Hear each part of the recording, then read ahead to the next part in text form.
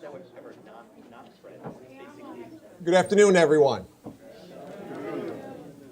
And welcome to what was a mere 7 days ago an overstuffed county storage facility in the front of the Ulster County Department of Probation. But in the not too distant future, I believe in my heart that with the changes we are proposing today, this very place may ultimately save someone's life. And so after reviewing some important information about property tax reductions and the steps we've taken to solidify Ulster County's financial health, I'm looking forward to discussing the critical, life-altering details of what's truly possible in this very place. You see, the 2018 executive budget is so much more than just a basic set of revenues and expenses. Instead, this budget provides real insight into one of my administration's core philosophies, the idea that if you're willing to embrace innovation and change while partnering with others, then you can actually accomplish both fiscal responsibility for taxpayers and socially responsible programs that benefit us all. That's why I'm so proud that even with our well-funded expansion of so many critical services, especially for those among us most in need, our ongoing commitment to taxpayers has allowed us to deliver one of the lowest county property tax levies in almost a decade.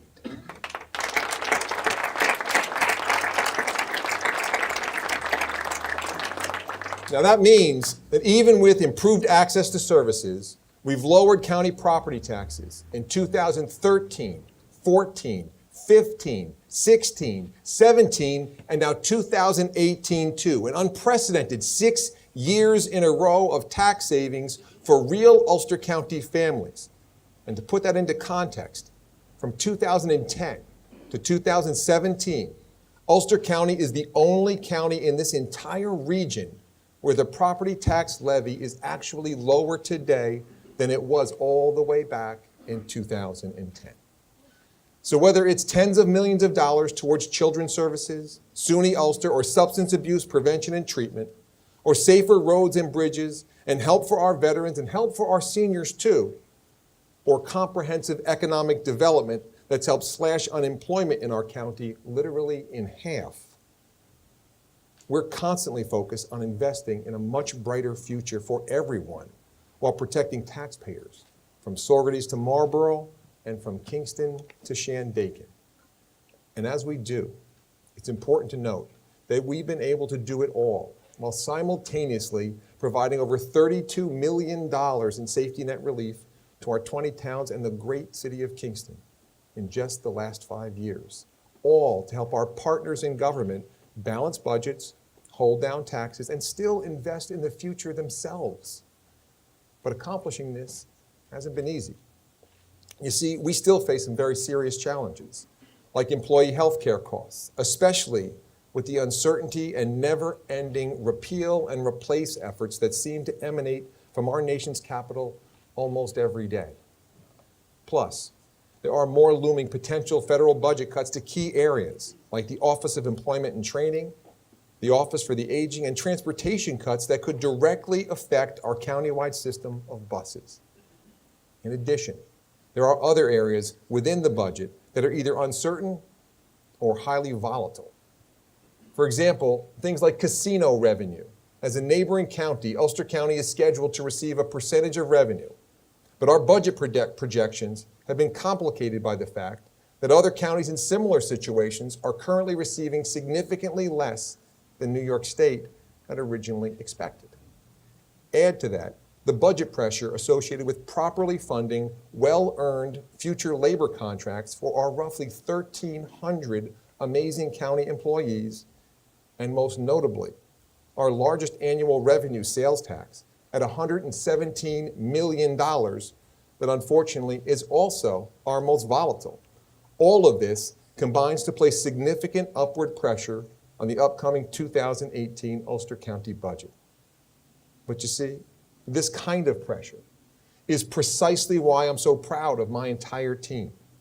Because through it all, we've remained keenly focused on delivering results for the great people of Ulster County and designing creative solutions to these complex fiscal challenges. And as a result, the New York State Comptroller and the independent bond rating agencies have once again highlighted Ulster County for our strong fiscal management. And so with that, our total appropriations for 2018 are $324 million, down $1 million. Our total revenues are relatively level at $234 million, leaving us with a total county cost of roughly $89 million. And after an appropriated fund balance of $13 million, or $3 million less than last year, keeping us well within the state comptroller's guidelines, all this boils down to a county property tax levy, or the amount of your tax dollars the county government actually needs to operate that's less than it was last year. Meaning all things equal, yet another property tax decrease for the great people of Ulster County, and yes, a tax levy that's even less than it was all the way back in 2010. Thank you. Thank you very much. You see, what we have proven is that when you manage taxpayers' money well, when you treat their hard-earned dollars with respect and eliminate waste and inefficiency, then you not only have more money to give back to taxpayers, but you also have more opportunities to fund innovative programs that can help everyone, like our programming that tackles important issues, such as homelessness among our veterans, or access to higher education for inner-city youth, or access to low-cost, high-quality food for everyone.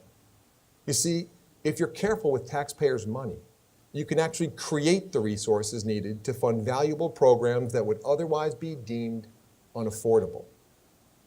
And that kind of saving is more important now than ever, especially if we are to ensure all the essential services our great citizens deserve, and also honestly address profound national issues at the local level, serious and long-standing issues like the potential of institutional racism, equal justice, and generational poverty, issues that communities all across America are just now beginning to come to grips with.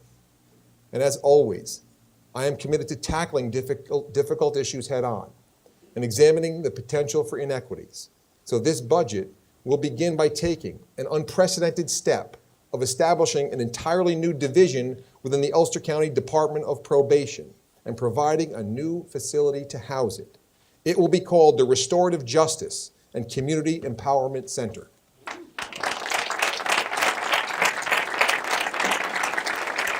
Thank you. Now, simply put, this facility will be utilized to supply life-altering programs for at-risk teenagers to change the trajectory of their futures and keep these youth out of dangerous adult prisons. Because the uncomfortable truth is this: in the United States of America, African American and Hispanic children are being incarcerated at dramatically disproportionate rates, and it's not right. And we can do something about it. You see, as a nation, we incarcerate more people per capita than any other country on the face of this earth. Almost 2.3 million men, women, and children, or roughly every single person in Dutchess, Sullivan, Orange, Ulster, Putnam, Rockland, and Westchester too, all at the same time. It's ridiculous. And the data shows in far too many cases it simply hasn't worked. Now, when we talk about bringing reform to the system, we're not talking about the most violent felons. And I want to highlight that. Clearly, there are individuals who deserve serious prison sentences. Now, we're talking about changing a system for teenagers that often end up in a school-to-prison pipeline that's ruining far too many lives and breaking the hearts of far too many mothers and fathers. And it doesn't have to be that way. Though it's not perfect, I'm pleased that New York State has at long last passed important legislation known as Raise the Age, a law designed to keep 16 and 17-year-olds out of adult prisons that also provides a unique opportunity for counties to be daring and to be creative. And what you may not know is that my administration, along with our partners, have achieved great success in breaking the cycle and diverting over 90% of 14 and 15-year-olds away from youth detention facilities and into critical life-altering services. But those successes must now be reimagined and reapplied to help redirect 16 and 17-year-olds to a different path. So I believe the new Restorative Justice and Community Empowerment Center can ultimately become a center of hope, making all the difference in the world for at-risk youth and all of us, and providing hope where before there was none. Now, it won't be easy, and it will require a major renovation to the unfinished portion of the Ulster County Probation Building where we stand today. This $1.6 million capital project will be combined with additional investments to support data-driven programming designed by a task force of concerned citizens, community leaders, experts in the field, members of our law enforcement, the DA's office, and members of our faith-based community. In addition, this facility will provide greater community access to enhance supports like job training and meaningful employment opportunities, all of which are proven to reduce recidivism, reduce crime, and positively impact the long-standing nightmare of generational poverty. And for those of you who may be unfamiliar with the concept of restorative justice, instead of being purely punitive, restorative justice emphasizes repairing the harm caused by a crime while holding the individual accountable and allowing them to make amends. And as a result, it can be truly transformative for the community, for the victim, and for the offenders too, especially for a young person with the capacity to change. Because I believe that every parent shares the same dreams for their children. Whether they are rich or poor, black or white, Christian or Muslim, we all want our children to be happy, safe, healthy, and have more opportunities than we ever dreamed of. Hope and love for our children transcend our differences, and in turn, can truly unite us all. And for anyone who believes that we're somehow being soft on crime, please know that the district attorney always has the ability to intercede, even with raise the age. Plus, for those concerned about the money, like me, I want to be clear. The cost to send only one teenager to a secure juvenile detention facility is more than $200,000 a year. So this is more than just great social policy, it's also great fiscal policy too. But in the end, it isn't about the money or the new facility. You see, I believe that it's only by working together and breaking down long-standing barriers that we can truly make our community and our nation as a whole a more equitable, compassionate, and just place for us all to live. Now, ladies and gentlemen, municipal budgets span a wide range of critical areas, from complex social issues like those we've just discussed, to the most basic local concerns, like making sure our roads and bridges are safe. And that massive cross-section is precisely why I've assembled a team of professionals to serve you with such a diverse set of skills. And so as we turn to our infrastructure system, it's important to note that over the past few years, we have quietly overhauled our entire public works system, investing millions of dollars upfront while designing a proactive maintenance schedule to ensure better roads today and fewer unpredictable budget spikes long into the future. Because the ability to safely and easily move people and products across our great county requires a modern and efficient infrastructure system, as well as an amazing workforce to maintain it on the hottest days of summer and the coldest and stormiest nights of winter. And so we've dedicated $60 million. That's the unprecedented amount of funding my administration and our county legislature have dedicated to overhauling the county's system of roads and bridges over just the past 3 years, and now including 2018. Our Building a Better Ulster County initiative has literally reshaped county infrastructure. $60 million to make our roads and bridges better and safer, and that number includes $15 million more for 2018. And with our Building a Better Ulster County initiative, I am pleased to report that our system of roads and bridges are better today in Ulster County than they have ever been in our entire history. With 236 miles out of a 423-mile system completely resurfaced in just the past 3 years and 65 more miles scheduled for 2018.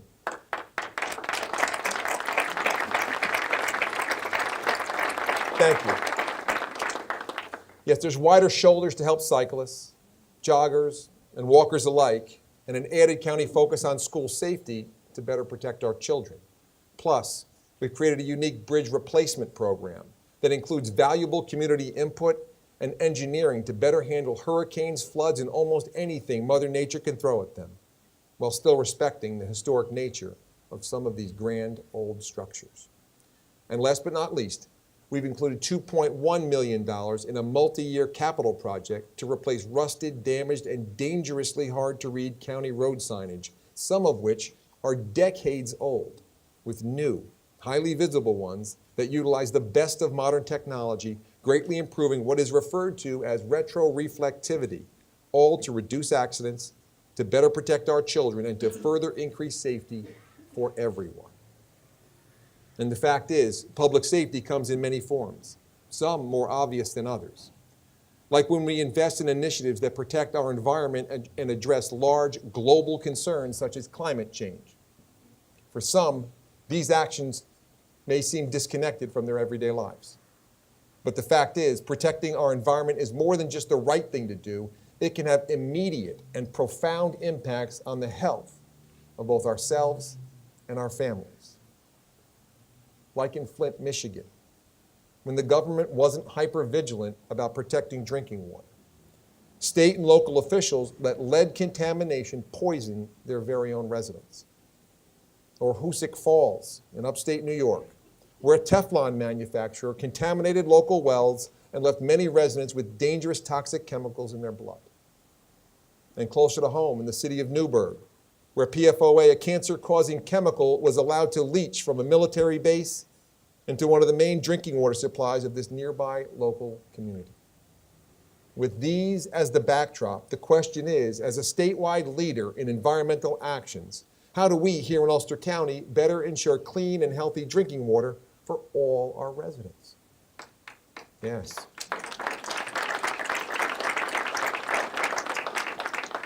Well, fortunately, we start with an amazing natural resource. We have some of the finest drinking water anywhere on earth. Water so good that our neighbors to the south love to use it. We provide almost half the drinking water for over 8 million New York City residents every single day. And protecting our water supply is crucial to maintaining a strong and healthy community. That's why it serves as such a key motivator for our aggressive commitment to environmental protection. So whether we're expanding our fleet of alternative fuel vehicles or building utility-scale solar, we are continually focused on clean air, clean water, and reducing our reliance on fossil fuels. And in the process, we've won countless awards, been featured in National Geographic, and have become the only net carbon neutral county in our entire state. But the truth is, no award means anything if even one child or senior or anyone else is sickened by drinking water that simply could have been tested. That's why in this budget, we are proactively investing in water quality protection like never before, with much needed well water testing help for all Ulster County residents with limited household incomes and not on a municipal system, including many of our seniors who are on fixed incomes. Because it's my firm belief that no one should have to drink water that isn't safe or even wonder just because they can't afford a simple water test. And because the stakes couldn't be any higher, we are also seeking funds to assist low-income households with real solutions when their water tests show dangerous signs of contamination. And to coordinate everything, including enhanced protection for our waterways, I am funding the Ulster County Water Quality Management Agency under the leadership of the Department of the Environment and our County Health Department to dramatically increase Ulster County's overall focus on protecting what is arguably our most important natural resource. Thank you. Thank you. Now, as we protect our environment, it's important to remember that strong environmental protection cannot only coexist with smart economic growth, but it's actually essential that they complement each other because they are both such huge parts of what makes a great community sustainable. And that's why we continue to invest in economic development efforts that have helped slash unemployment rates in half, that have helped grow our local real estate values, and that have helped new and existing small businesses succeed like never before. And I want to take a special moment to congratulate Mayor Steve Noble and his team on the recent $10 million state revitalization grant they earned with their amazing plan. It was a pleasure to have our teams collaborate, and a great example of what happens when we all work together. So whether it's our greatly expanded tech industry, or our $500 million tourism and or agriculture industries, or even our burgeoning arts and entertainment sector, the reason we invest in economic development throughout our county is because it works. And I simply couldn't have captured the sentiment of the hundreds of local business owners we've helped any better than Rich Gottlieb did, a successful New Paltz business owner who, like many, has faced serious challenges over his 47 years at Rock and Snow, when he said Ulster County's Office of Economic Development came to our rescue and simply gets the job done. Thank you. So with this budget, we will continue to fund these highly successful efforts that have helped businesses that are both big and small and everyone in our community, from our children to our seniors. And as for our seniors, we will continue to invest to provide exactly the kind of critical services they want, need, and deserve. And that's no small feat, because our seniors are an extremely diverse population, but with one great constant. Our seniors have an extremely strong desire to remain independent and in their own homes. So a large part of our programming is designed to help make that possible. We're doing this with dramatically improved Meals on Wheels program that's now the gold standard in New York State, and with specialty services for our most vulnerable seniors that other counties simply do not have. And with our New York Connects program and an amazing volunteer program, as well as legal services, Medicare, and insurance help too, all of our services are designed to help seniors live happy, healthy, and productive lives and remain in their homes as long as they'd like. Now, in addition, we're expanding senior transportation to assist with doctor visits, grocery shopping, and other basic needs. All of this is included in the 2018 budget. But there is one more real-world service that I want everyone to know about. It's called Lifeline, and it can truly be a lifesaver, because for many older seniors, there's a genuine fear of falling, especially for those who live alone. Their kids can't always be there, so services like Lifeline can give these seniors and their families the reassurance and peace of mind that their mom and dad are safe, and they can quickly call help if ever there is an emergency. And with a targeted investment of county dollars in 2018, we will eliminate any waiting list for this program and bring Lifeline to all the loving families of Ulster County who simply can't afford it. Thank you. You see, programs like Lifeline and their emergency call-out features once again highlight the importance of our county's amazing first responders. So in this budget, we are proud to invest over $45 million in public safety efforts in Ulster County, continuing with our promise to provide strong funding for Emergency 911, our Sheriff's Office, our EMTs, and now a full-time fire coordinator to assist all the brave fire departments all across our county. Thank you. Ladies and gentlemen, you see, whether it's dramatic infrastructure upgrades or enhanced public safety or critical environmental protections or leading-edge investments in equality and restorative justice, we are continually focused on ensuring the highest quality services for the great people of Ulster County, and doing it all with compassion and care. And as we do, I am proud to say that we've been able to accomplish all this while still lowering your county property taxes to levels not seen since 2010. And because we are a government of, by, and for the people, the diverse and extraordinary citizens of Ulster County have every right to demand the very best, both strong fiscal management that protects them as taxpayers, as well as the highest quality services for everyone, especially those among us most in need. And as we do, we must embrace the idea that what people want from their government can mean very different things to very different people, and that's good. And respecting those differences and remaining focused on our collective humanity is at the heart of what actually makes a society great. Because in a world where it seems divisiveness, hate, and disrespect have become all too common, I, like you, know in my heart that for our county and for our country to reach its fullest potential, we must all hold dear to the pillars and promises of inclusiveness, respect, and true access to the American dream for everyone, because it is only then, when we all have the opportunity to succeed, that we can forever be the finest place anywhere to live, work, and raise a family. Thank you, and God bless. Thank you.